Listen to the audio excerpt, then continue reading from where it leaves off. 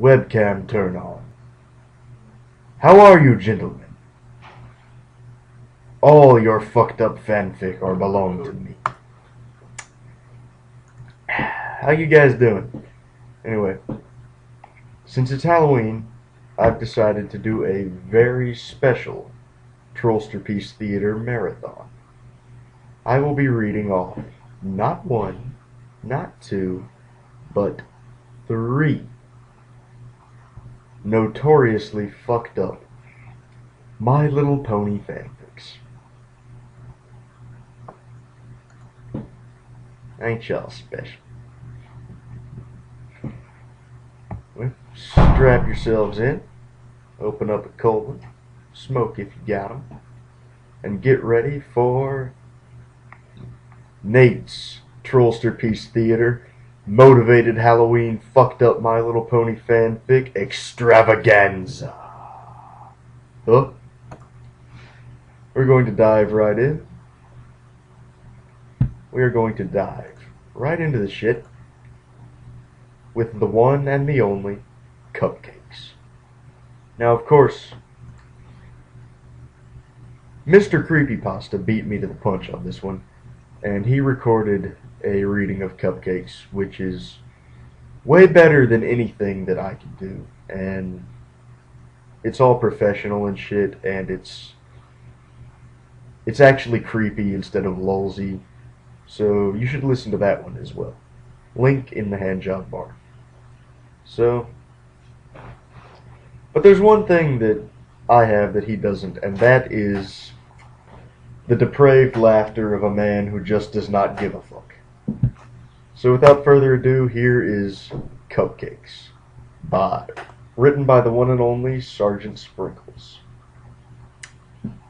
Warning: this fanfiction is incredibly gory, and may ruin your appreciation of a certain My Little Pony character, as well as the title or baked goods. Read at your own risk. The air was warm, the sun was shining, and every pony in Ponyville was having a glorious day. The town square was bustling and crowded, and busy ponies filled the streets. All the pony folk seemed to have somewhere specific to be, all except Rainbow Dash. Her place was in the sky. She tore freely through the air, speeding one way and the next, buzzing the treetops and racing the wind. The blue Pegasus swooped over a schoolyard, much to the delight of the children, then climbed several hundred feet and dove streaking downward as fast as she could. Seconds before hitting the ground, her wings flew open, and she pulled up back into the clear blue. Rainbow felt alive.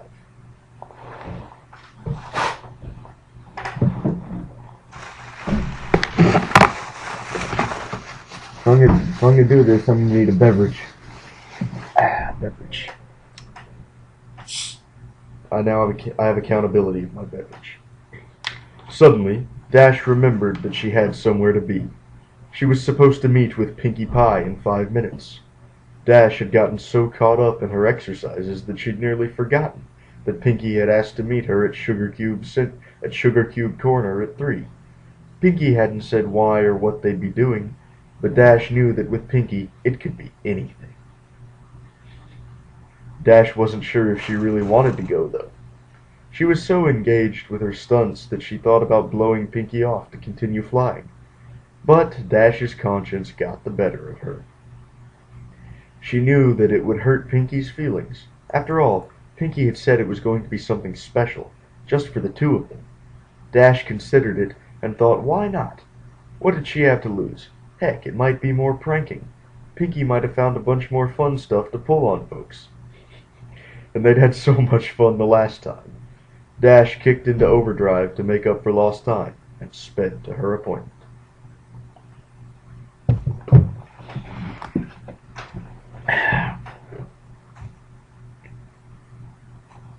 When Dash walked into the store, she was immediately greeted by her host, who was bouncing in excitement.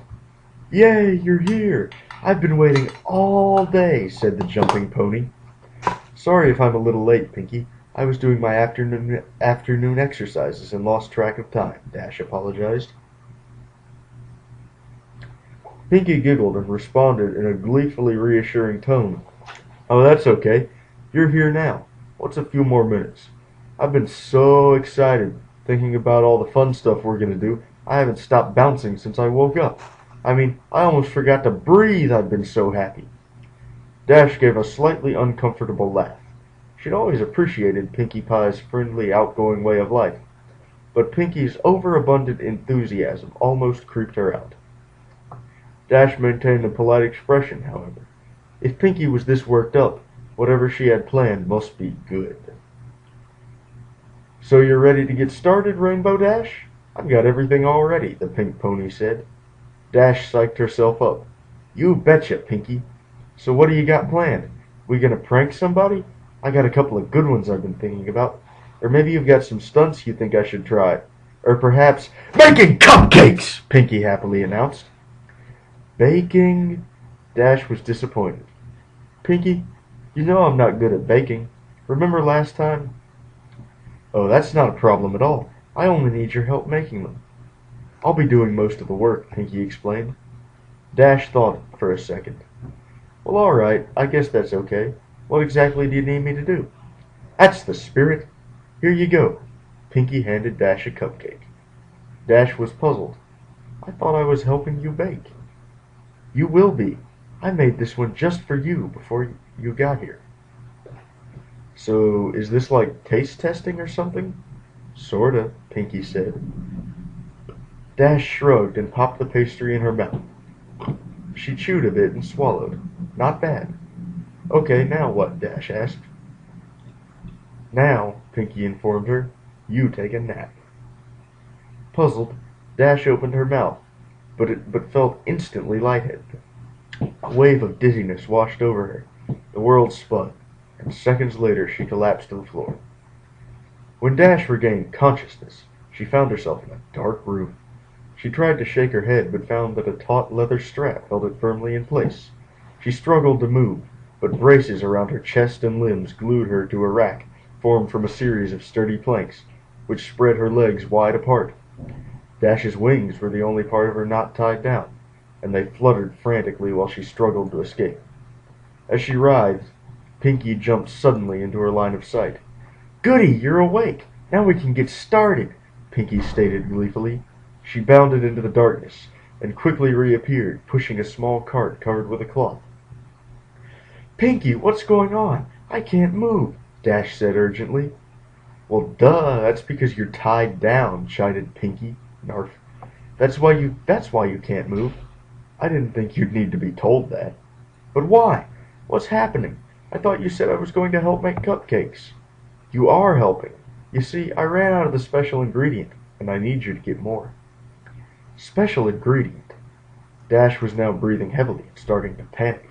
"What special ingredient?" Pinkie giggled and responded, "You silly." Dash's eyes widened, and her face contorted in fear.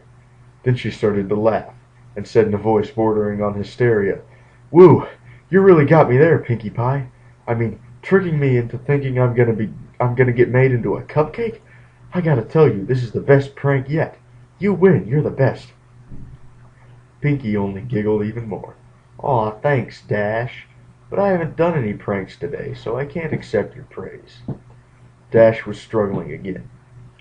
"Pinkie, come on. This isn't funny." "Then why were you laughing?" Before Dash could answer, Pinkie grabbed the cloth and whipped it off the cart. On the cart was a tray containing various sharp medical tools and knives, carefully organized and wickedly sharp, as well as a large medical bag. Dash was now in full panic mode. She was starting to hyperventilate. Her mind raced as she tried to reason with the pink pony. "You can't do this, Pinkie. I'm your friend." "I know you are, and that's why I'm so happy that I've got you here. We get to share your last moments together, just you and me." Pinkie was skipping again. "But the other ponies will wonder where I am. When the clouds pile up, they'll come looking for me, and then you'll get found out," Dash cried in desperation. "Oh, Dash," said Pinkie, "don't worry. There are plenty of Pegasus ponies to take care of a few clouds. And besides, no one will find out. I mean, how long do you think I've been doing this?" And with that ominous statement, the lights suddenly came to life and revealed the rest of the room. "Oh no!" Dash reeled in horror at the image presented to her. The room was decorated with a typical but twisted Pinkie Pie flair. Colorful streamers of dried entrails fluttered around on the ceiling. Brightly painted skulls of all sizes were attached to the walls, and organs done up in pastels filled with helium were tied to the backs of chairs. The tables and chairs were made of bones and the preserved flesh of past ponies. Dash cringed upon seeing the centerpiece of the table nearest to her. The heads of 4 foals, their eyes closed as if they were sleeping, were wearing party hats made from their own skin. With a thrill of terror, Dash recognized one of them as Apple Bloom's classmate, Twist. Dash's eyes darted back and forth and then fell upon a patchwork banner hanging from the rafters, made from several tanned pony hides. The words, "Life is a party," were scrawled on it in red blood. Dash's attention was brought back by a party horn, unfurling and tickling her nose. She gaped at Pinkie Pie, who was standing right in front of her. The party pony was wearing a dress quilted from dried skin emblazoned with cutie marks. On her back fluttered 6 Pegasus wings, all of different colors. As the Earth Pony skipped in excitement, her necklace of severed unicorn horns clacked together loudly. "Like it?" Pinkie asked. "I made it myself." Desperately, Dash pleaded with the smiling pony before her. "Pinkie, please, I'm sorry if I did anything to you. I didn't mean it. Please let me go. I promise I won't tell anybody." "Oh, Dash, you didn't do anything. It's just that your number came up and, well, I don't make the rules. We can't turn back now." Dash was tearing up. How could this be happening? "Aw, don't be sad, Dash," said Pinkie. "Look, this'll cheer you up. I brought you a friend." Seemingly out of nowhere, Pinkie produced a brightly painted blue and yellow skull. It was about pony-sized, but it had a very definite feature. A beak. Dash gaped in shock. Is that... Hey, Dash, let's hang together. These ponies are lame-os. Dweebs, Pinkie mimicked. "I caught her right before she left town. Remember when I left the party for about 20 minutes? That wasn't enough time to play with her, of course. I had to wait till after the party to do that. But boy, am I glad I did. It was worth it for the flavor alone. Griffins taste like 2 animals at once. It's amazing. I know she didn't have a number like everyone else in Ponyville, but when was I going to get another chance to try Griffin? I probably should have asked where she came from so I could have gotten more, but I forgot. I'll tell you what, though, she was quite the fighter. She lasted a long time, which was a lot of fun for me. I got the chance to play with somebody other than a pony and try new things. It's too bad she had such a meanie mouth. She said so much bad stuff I just had to take her tongue out.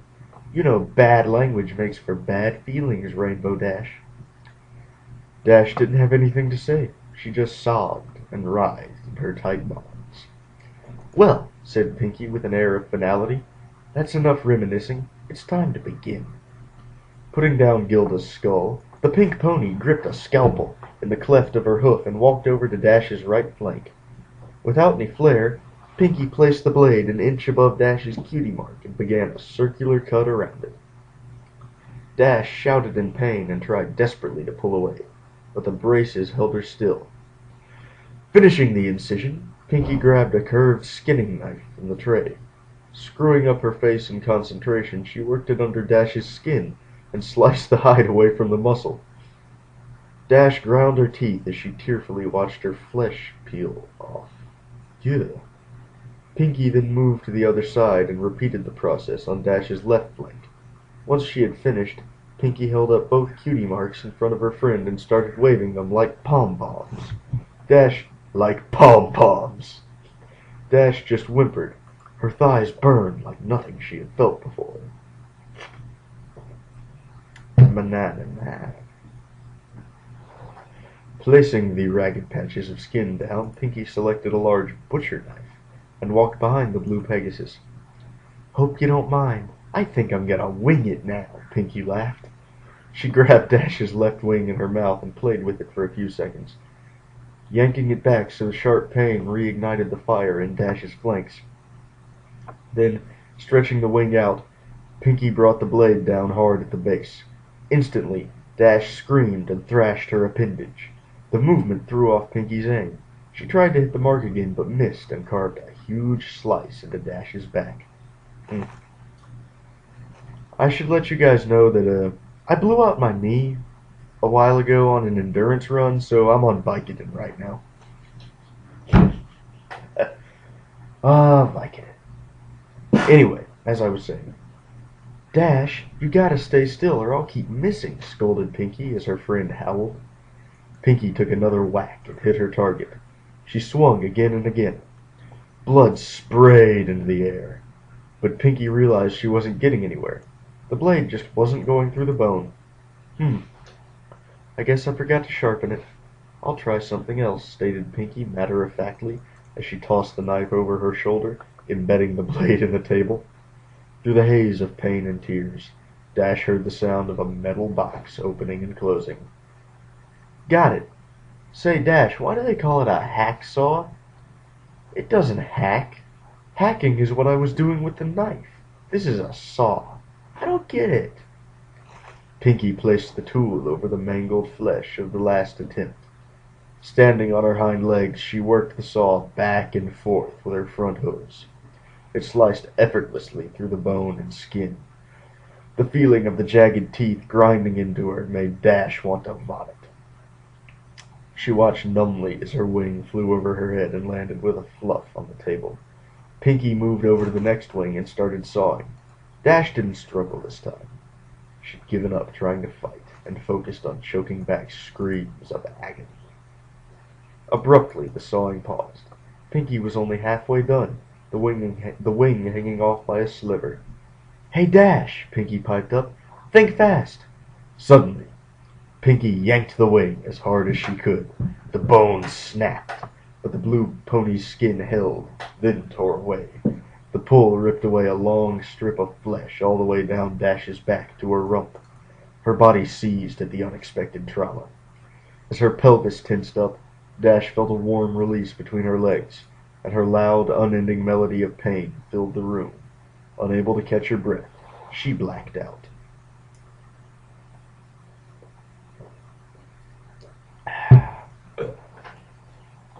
Dash awoke with a gasp. The stench of her urine filled her mucus-caked nostrils. As her vision swam into focus, she saw a very pouty Pinkie Pie removing a large adrenaline needle from her chest. Stomping her hooves, the frustrated Pinkie lashed out at her helpless victim. "Didn't anybody teach you any manners? It's very rude to fall asleep when somebody invites you over to spend time with them. How would you like it if I came over to your house and went to sleep? Oh, I'm sorry, Dash. You're so boring. I think I'll take a nap. You think I like always doing this by myself? I told you how excited I got when I found you were next. I was excited to have a friend to be here with while I worked. But no, you've got to be inconsiderate. You know, I thought you were tough. I thought you could handle anything. I've had foals stand up better than you. Do I have to baby you, huh? Is that how you want me to remember you, as a baby?" As Pinkie stopped to catch her breath, Dash blinked and sobbed softly. Her back was in agony, her sides were on fire, and there was an intense pain in one of her legs. As she blinked again, she saw Pinkie pop something red into her mouth and begin to chew. Noticing Dash's stare, Pinkie quickly gulped the morsel down. "What?" Pinkie asked. "Oh, this?" She held up another piece. "Well, while you were asleep, I got a little impatient and helped myself to a small sample. I got it from your leg. You're not bad. Want to try some?" Without waiting for a response, Pinkie shoved the strip of meat into the revolted Pegasus pony's mouth. Dash gagged and immediately spit it out. Pinkie frowned and picked up the chunk of flesh. "If you didn't want it, you could have said no." She contemplated the discarded snotty morsel, then gulped it up. "It's not like you haven't had my cupcakes before." Swallowing, Pinky turned her attention to a small can on the tray. She removed the lid, revealing that it was filled with red-hot coals. Lying on top of the coals were several large nails. As the adrenaline filled her veins, Dash began to panic again. Picking up the can, Pinky walked over to Dash's left.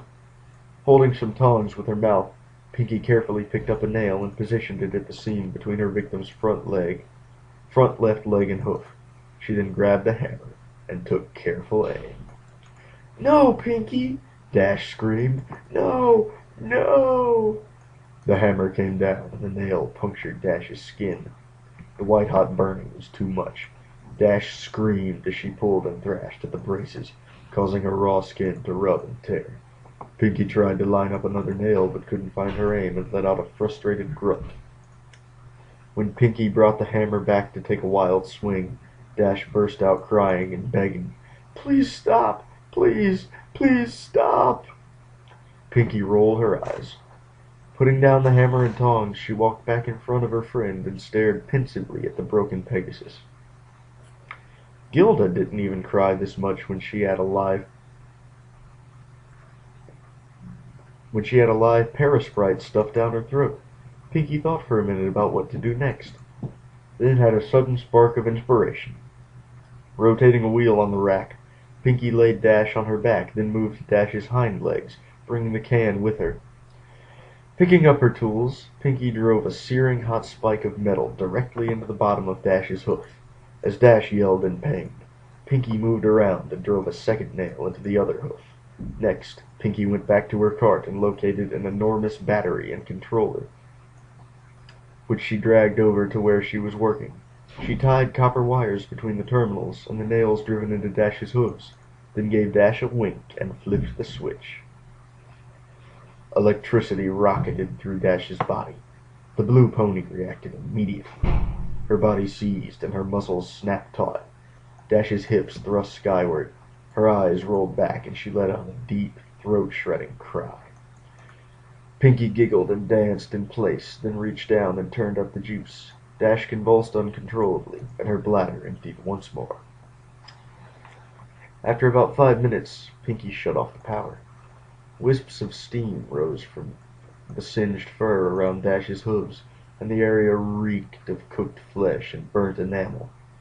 Pinky rotated Dash upright again and tried to snap the drooling, delirious pony back to attention. "Dash? Dash! Rainbow Dash, wake up!" Dash moaned and managed to give a modicum of weak acknowledgement. Pinky studied her handiwork, then reached into the medicine bag and produced a large syringe. "All right, time for the last round." This is a tough one. Thank House for Vicoden. Dash focused blearily on the needle, which Pinky took as a question as to what it was.